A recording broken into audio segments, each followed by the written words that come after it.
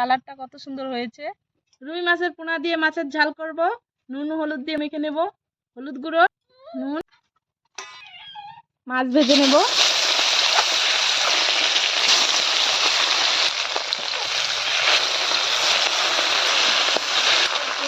মাছ ভাজা হয়ে গেছে, তুলে নেব।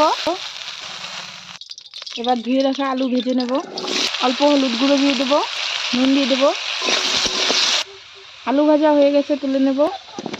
মাছের ঝালের জন্য ফোড়নে গোটা জিরে দিয়ে দেবো। এবার দেবো আদা রসুন কাঁচা লঙ্কা বাটা দিয়ে দেবো। হলুদ গুঁড়ো দিয়ে দেবো, স্বাদ মতো নুন, হালকা জল দিয়ে দেবো। ভেজে রাখা আলু দিয়ে দেবো। শুকনো লঙ্কার গুঁড়ো দিয়ে দেবো। আলু কষানো হয়ে গেছে, এবার দিয়ে দেবো জল।